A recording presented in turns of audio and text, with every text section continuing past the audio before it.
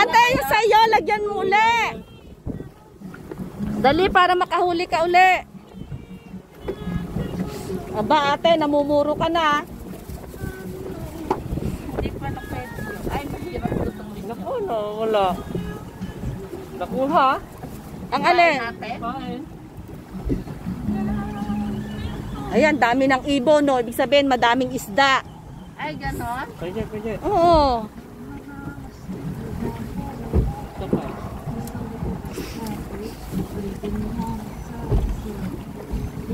Tatay, babawin ko na sa pagkain ng biskotso. Wala man lang dumatakit dito sa ating ano. Kay Ate Selly. Patay kayo. Huwag Huwag ka na magtanong. Huling nga ako. Gurami kay Lolo, gurami na huli. Wala niya.